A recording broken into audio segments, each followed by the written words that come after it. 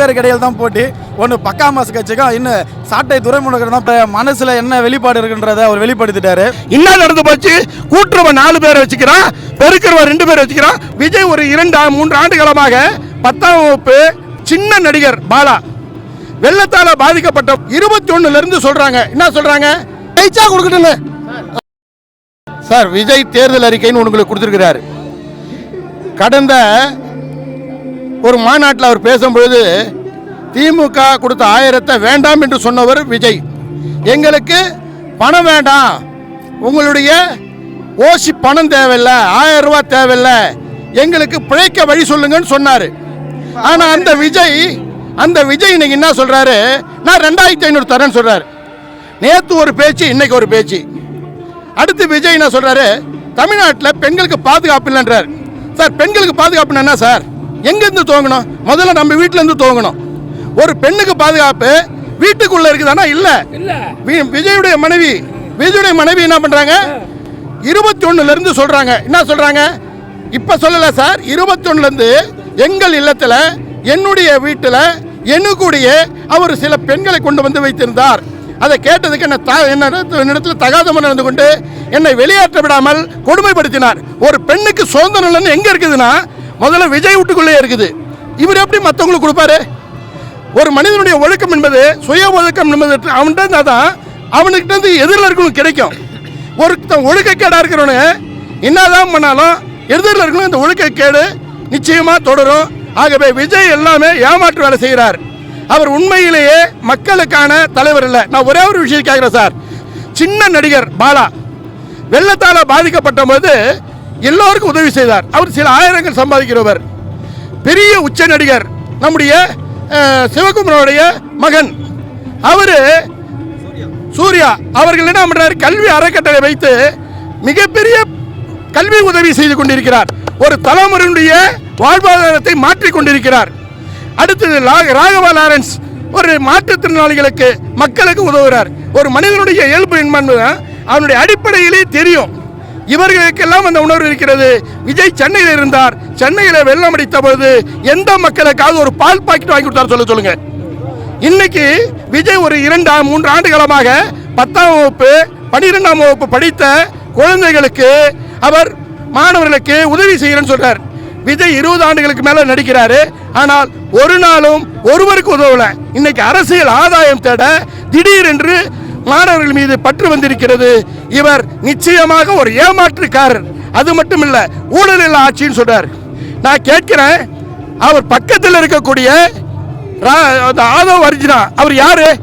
உலகம் முழுக்க தெரிந்த ஒரு திருட்டு லாட்சி சீட்டு சார். அரசுக்கு கிடைக்க வேண்டிய வருவாயை மறைத்து செய்யக்கூடிய ஒரு தவறான செயல். அப்படிப்பட்ட ஒரு மனிதனை வைத்துக்கொண்டு ஊழலை ஒழிக்க முடியுமா?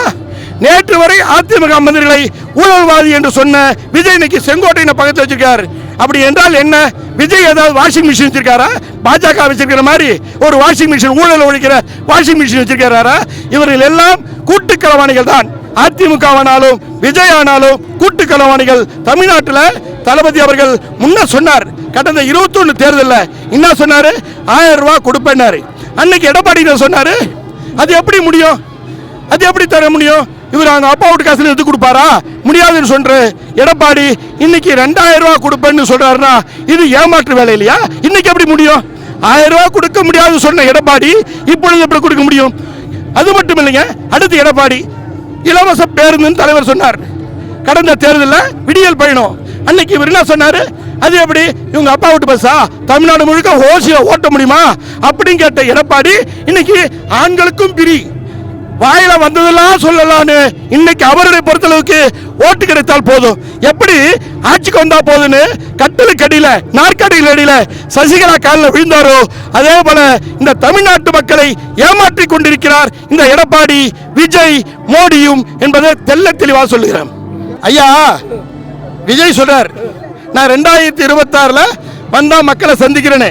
நான் என்ன கேட்கிறேன், இதற்கு பிறகு இவர் வெற்றி பெற்று வந்த பிறகு ஒரு முதலமைச்சராக இருக்கார். இன்னைக்கு தளபதி கொடுங்க 2019 ஆட்சிக்கு வரும் முன்னாடி வீதியா போனார், மக்களை கிராமமா சந்திச்சார்.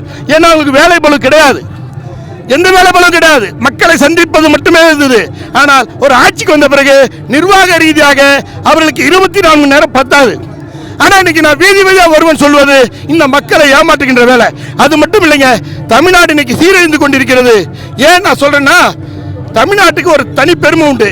பெண்களுக்கு ஒரு தாய் மாதிரி பார்க்கிற ஒரு நாடு தமிழ்நாடு. உலகம் பூரா சொல்லுவான், ஒருத்திக்கு ஒருவன் ஒருவனுக்கு ஒருத்திக்கு ஒருவன் என்ற பண்பாடு மிக்க நாடு தமிழ்நாடு. ஆனா இன்னைக்கு என்ன சொல்ற ஒரு பொம்பளை என்ன நடந்து போச்சு, கூட்டுறவன் 4 பேரை வச்சுக்கிறான், பெருக்கிறவன் 2 பேரை வச்சுக்கிறான். பணம் இருக்குது, நான் 1000 பேரை வச்சுப்பேன், நான் ஆம்பளை 1000 பேர் போலாம், பொம்பளை 1000 பேர் போலாம். இது என்னங்க, இது சரியா? அடுத்து ஒரு பெண்ணு சொல்லுது, நான் எங்க வீட்டில் 9 பேர் ஓட்டு போடல விஷம் வச்சு கொல்லுவேன்றாங்க. இது நியாயமா? இது தர்மமா? இதை கண்டித்தாரா? விஜய் நல்ல மனிதனாக இருந்தா என்னுடைய ரசிகர்கள் தயவு செய்து இப்படிப்பட்ட அவதூறான பேச்சுகளை பேசாதுன்னு சொல்லணும். ஆனால் அவர் ஒரு சைக்கோ மாதிரி ரசித்துக் கொண்டிருக்கிறார். ஒரு அம்மா கரூர்ல இறந்து போச்சு. அவங்க சொல்றாங்க, அந்த அம்மா சொல்றாங்க, என் புருஷன் போனாலும் பரவாயில்ல, எனக்கு விஜய் பார்த்தா போதுன்றாங்க. அருமை. நான் என்ன கேட்கிறேன், ஒரு பெண்மைக்குரிய அந்த தன்மையே இல்லாதவர் தான் அந்த கட்சியிலே இருக்கிறாங்க.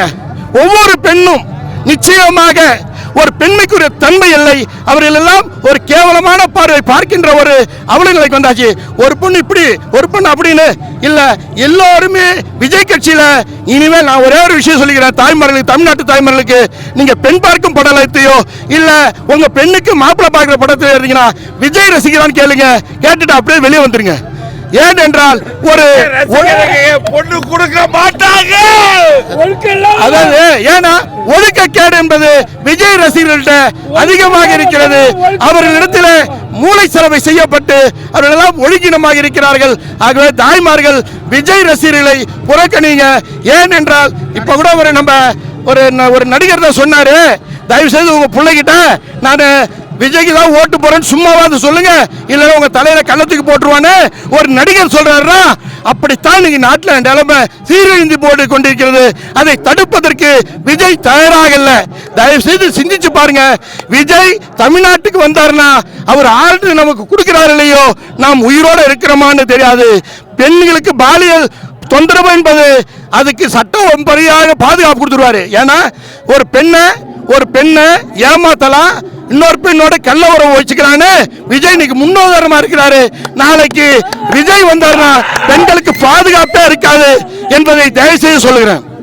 போட்டி திமுகவுக்கும் திவிகவுக்கும் சொல்றாரு விஜய், அது உண்மை இல்லை.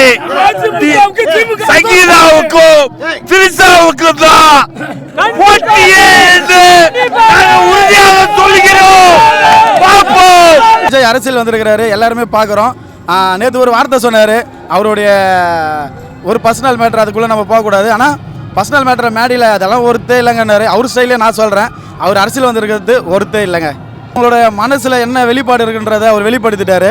பெண்களை எப்படி பார்க்குறாரு, தங்களுடைய குடும்பத்திலேயே இருக்கக்கூடிய பெண்களையோ மகளையோ அப்படி பார்க்கக்கூடிய நபர் எப்படி கட்சியில் இருக்கக்கூடிய பெண்களையோ அல்லது பொதுமக்களையோ ஒரு பாதுகாப்பாக இருப்பார் என்று எப்படி நம்புறது? நீங்களே சொல்லுங்கள். அவருடைய மனசில் இருக்கிறத வெளிப்படுத்திட்டாரு. அந்த விவகாரத்தை சம்பவத்தில் அவருடைய வார்த்தைகளை கவனமாக பயன்படுத்தியிருக்கலாம். ஒருத்தே இல்லைன்ற ஒரு வெளிப்படையாக ஒருத்தர் பெண்ணை பார்த்து சொல்கிறாரு. அப்போது ஒரு பழமொழி ஒன்று, கட்சியின் தலைவன் எப்படி அவளியே தொண்டனும்ண்டு. இப்போ அவரை பார்த்து தானே தொண்டர்களும் நடந்துப்பாங்க. இப்போ எங்களுடைய கட்சி தலைவர் பார்த்தீங்கன்னா முத்துவேல் கருணாநிதி ஸ்டாலின் எப்படி மக்களுக்காக உழைக்க வேண்டும், எப்படி மக்களுக்காக பணியாற்ற வேண்டும் என்றதை நாங்கள் தலைவர்கிட்ட கற்றுப்போம். அவர்கிட்ட அந்த தொண்டர்கள் என்ன கற்றுப்பாங்க? இந்த சமூகத்திற்கு வெற்றி தோல்வி என்பது 2வது பட்சங்க. இந்த சமூகத்தில் நம்ம என்ன விதைக்கிறோம், இந்த மக்களுக்கு நம்ம என்ன சொல்லித்தரோன்றதாங்க முக்கியம். அந்த வகையில் அவர் நல்லதாக பேசணும், நல்லதாக மக்களுக்கு சொல்லித்தரணும். அதை விட்டு ஒரு தவறான வார்த்தைகளை பயன்படுத்தி மக்களை தவறான வழியில் பின்பற்றுறாரோ என்ற ஒரு கஷ்டம் இருக்குதுங்க. தொண்டர்களை அவர் பாட்டுன்னு ஒரு சைடு பேசினு இருக்கிறாரு, மக்கள் பாட்டுன்னு ஒரு சைடு பேசினு இருக்கிறாங்க. நீங்கள் நல்லா கவனிங்க, அவர் மேடையில் பேசினு இருப்பார், கீழே கத்திக்கினே இருப்பாங்க. அது அவர் ஒரு எப்படி சொல்கிற ஒரு தலைவரை ஒரு முன்னுதாரணமாக காட்டி ஒரு கோட் பண்ணி இந்த தலைவர்கள்லாம் இப்படி பண்ணியிருக்கிறாங்க, இந்த தலைவர்கள்லாம் இப்படி வாழ்ந்துருக்கிறாங்க அப்படிலாம் பேசலாம்.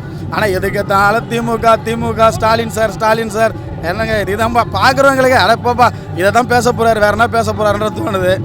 வேறு என்ன சொல்கிறது சார்? மக்கள் 2026 முடிவு சொல்லுவாங்கண்ணா, யாரை நம்புறன்றது இன்னும் கொஞ்ச நாள் தான். ஏப்ரல் மார்ச் மேல ரிசல்ட் வந்துடும். யாரை நம்புறாங்கன்ற மக்கள் முடிவு எடுப்பாங்க. அது அவர் மட்டும் தாங்க சொல்கிறாங்க. அவர் சொல்லக்கூடிய வசனத்தை அப்படியே மாற்றி சொல்லலான்னு நினைக்கிறேன். 2 பேருக்கு இடையில் தான் போட்டி. ஒன்று பக்கா மாசு கட்சிக்கும் இன்னும் சாட்டை துரைமுருகன் தான் பேச்சு போட்டியே. ஏன்னா அவங்க 2 பேருக்குள்ளே தான் போட்டி நடக்குது. இவர் தான் திமுகன்றார். திமுக எங்கேயாச்சும் இவரை ஒரு போட்டியாக சொல்லியிருக்கிறாங்களா? இல்லை அதிமுகவை சொல்லியிருக்கிறாங்களா? ஆளும் பாஜக அரசு, மதவாத அரசு இந்த தமிழ்நாட்டில் புகுந்தா எந்த மாதிரியான சூழ்நிலையை ஏற்படுத்தும், எவ்வளவு பாதிப்பு ஏற்படுத்துன்றதுக்காக கவனமாக இருக்கிறோம்.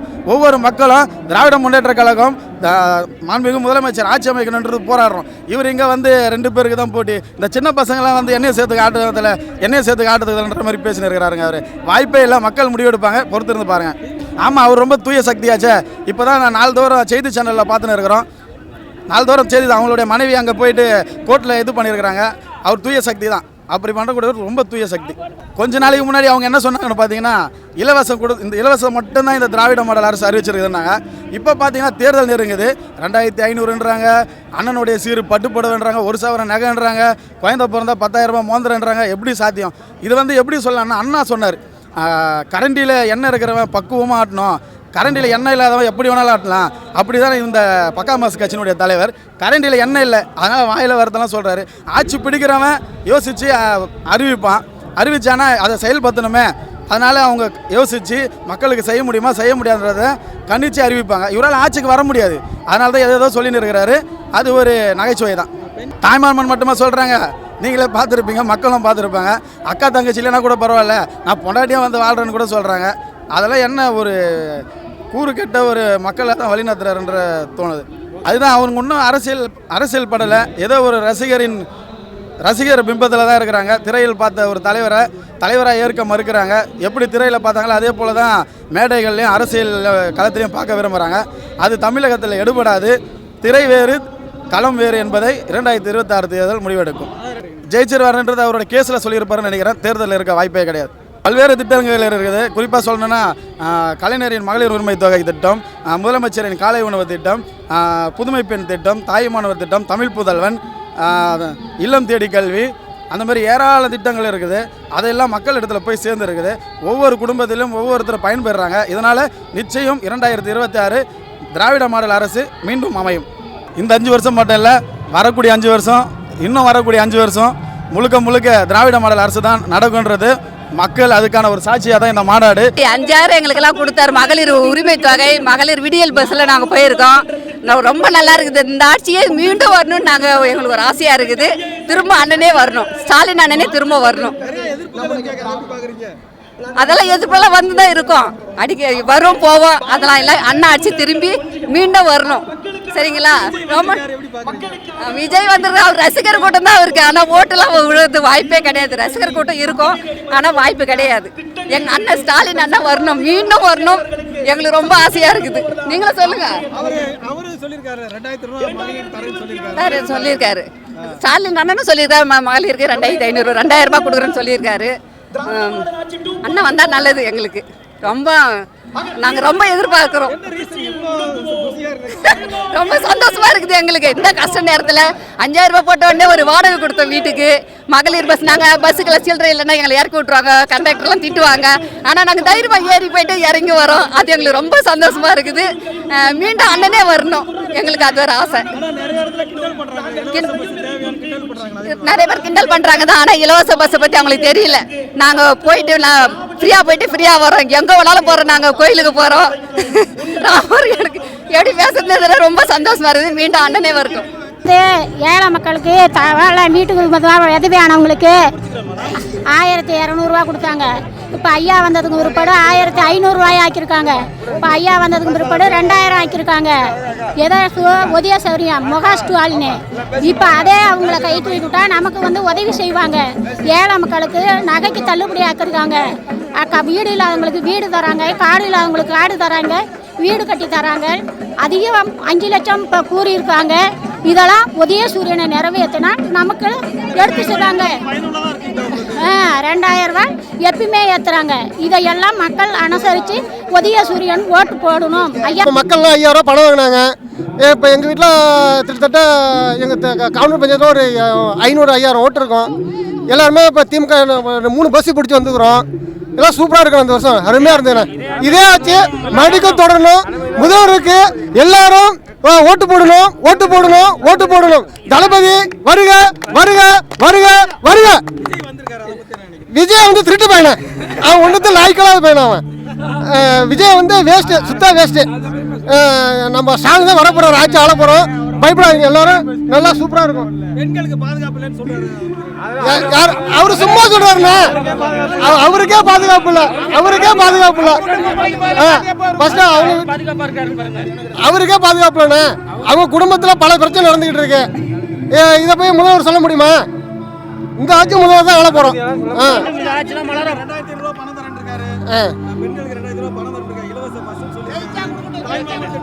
அவரு ஜெயிச்சா கொடுக்கட்டுன்னு